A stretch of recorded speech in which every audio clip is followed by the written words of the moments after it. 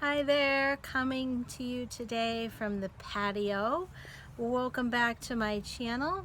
This is our Simple Abundance year with Sarah Ban Beathnach's book, Simple Abundance. We're celebrating her principles here on this channel. They are joy, harmony, beauty, order, simplicity, and gratitude. And we're now in the month of June. We've been talking a bit about the home, and then now in the past couple of days there have been some entries related to, like for instance, June 8th was called Finders Keepers, the Fun of Foraging. So they're related to seeking out little treasures at tag sales or antique stores, fun little eclectic things that you find. I'm wondering what you guys think about that. Do you ever go out and do that?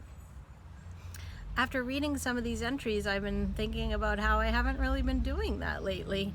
Whenever I visit my dad and his wife, they love to go to garage and yard sales. That's their Saturday thing. They get up, I think they have some breakfast, and then they have a whole map out because in some places they're still advertised in the newspaper. So they have a whole plan of where they're going, and there's even this company that they like to go to some of their estate sales where that's a company that comes in and actually puts on a professional yard sale, and they love those. Sometimes those are during the week, but they are so into it. Oh, I'm out here and the birds are all going crazy. Whenever I visit, I go along with them. And so Sarah talks about some good points about going out and doing that.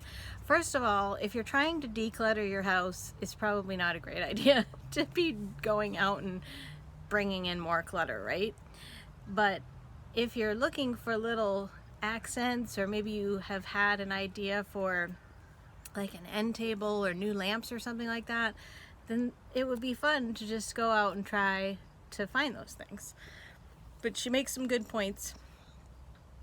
She says, now is the season of yard sales, garage sales, tag sales, and weekend flea markets.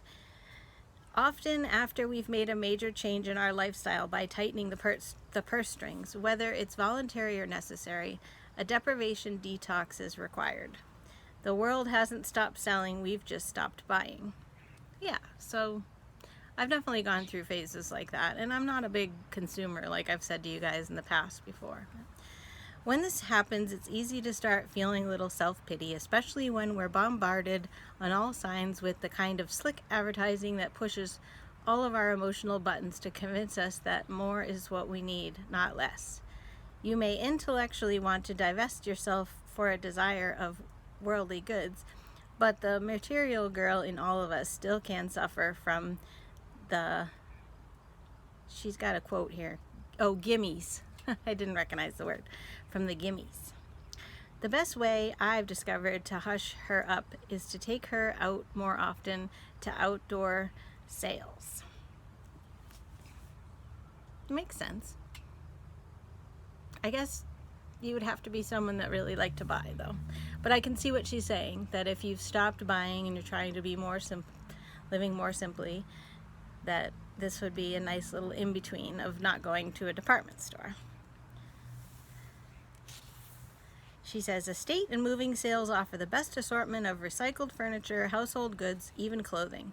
Estate sales are often run by professional dealers, so they're more organized and usually start on a Friday running through the weekend. So that's like those professional ones I mentioned. Weekend flea markets are where professional dealers, many from hundreds of miles away, gather to sell their wares outdoors. You can find virtually anything from antiques to junk, and the prices will reflect that. So then later, or maybe I skipped over it in that entry, she does make a good point that you want to plan for doing this. So you might have a little bit of money set aside for it, and you have a limit. So say it's $20 that you give yourself.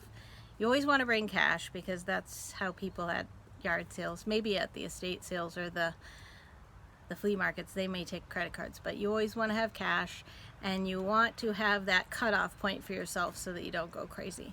And then I think it would be important too to have a list of things that you've been really thinking that you want to replace, or that you've been wanting to, like, say you have a cubby and you want to have like a little decorative item in there.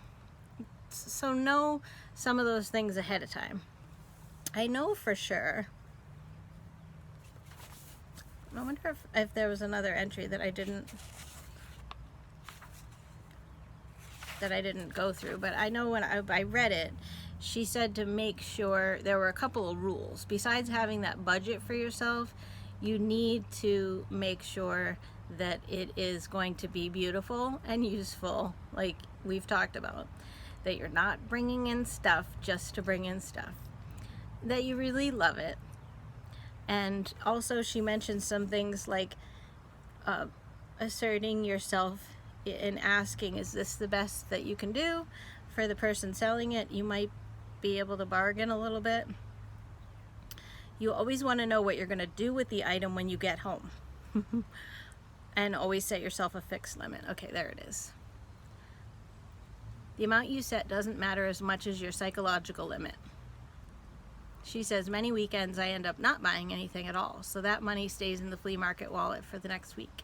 Patience becomes pleasure. You know, it's fun. It's just a fun little, I think, like a spring, summer, early fall sort of thing. It's something I had kind of forgotten about. And I think it's something that you could definitely do right now, even though maybe not every business is open where you are. I still have seen signs.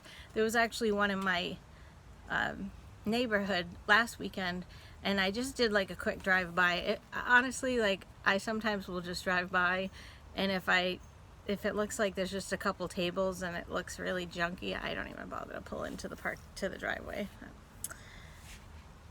Okay, and then in today's entry, she's called it You're My Thrill 101.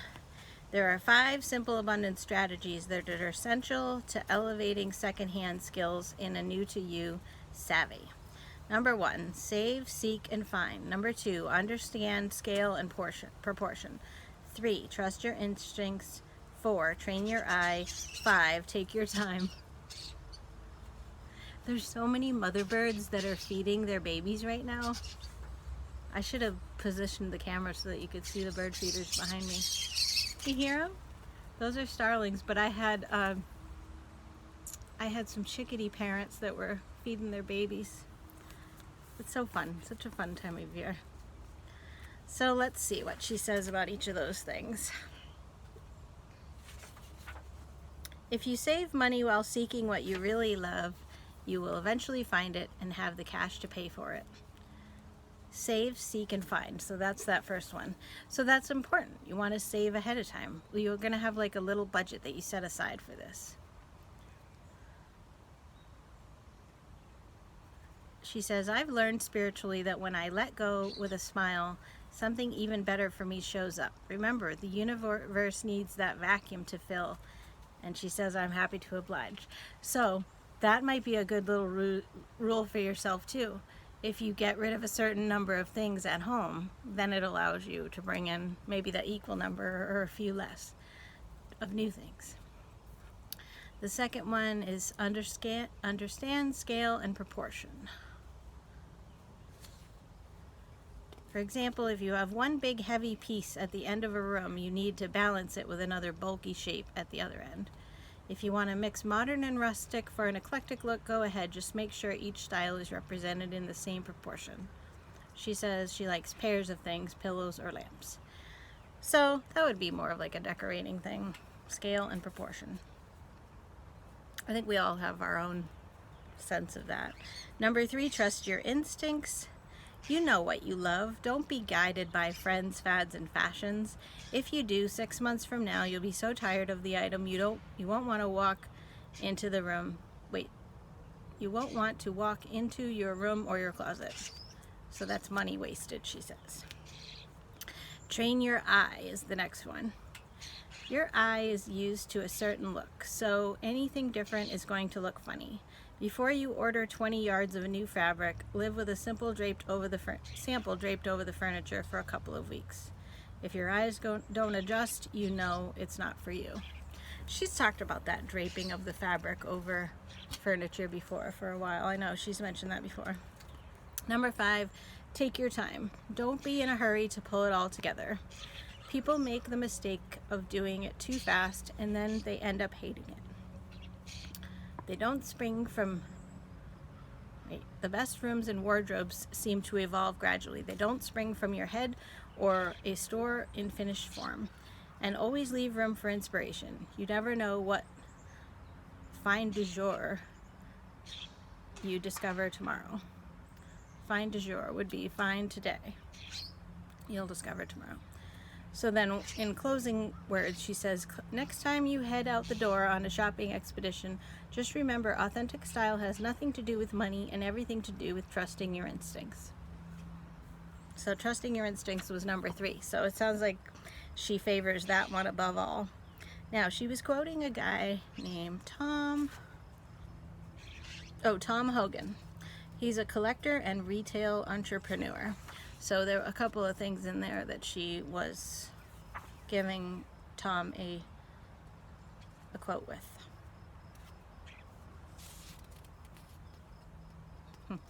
There's another quote from yesterday's entry. Create a home that gives something back to you. I could see how we've talked so much about bringing that authentic flair into your homes. I can see how finding special little treasures out at little secondhand markets and yard sales really would make it very unique. The only thing that stinks, and I've had this happen, is if you love something and then it breaks and it's like you never can go back to the store and replace it. But that can definitely give you an eclectic look in your house. So I'm thinking about it. The weekend's coming up. Maybe I'll start to budget a couple extra dollars to just, you can even go and not buy anything too. It's just sort of fun sometimes to see what people are selling, and there's always a story behind the sale too. Sometimes they just downsized or they're moving. When we were getting divorced, it was amicable, and we actually had what we called a divorce sale, and we even advertised it like that. And people came, we put it on Craigslist, and people came and they said, I had to just come and see your sale because your ad was so interesting.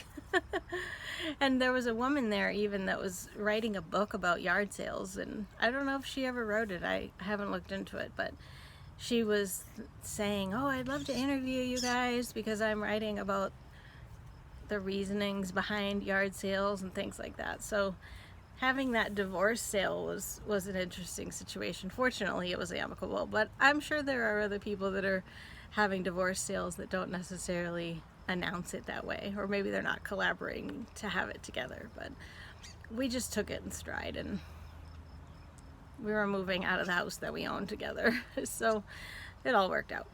But anyway, something to think about, something fun to think about for the upcoming weekends in the summer, and making that list of some things that you might be on the lookout for.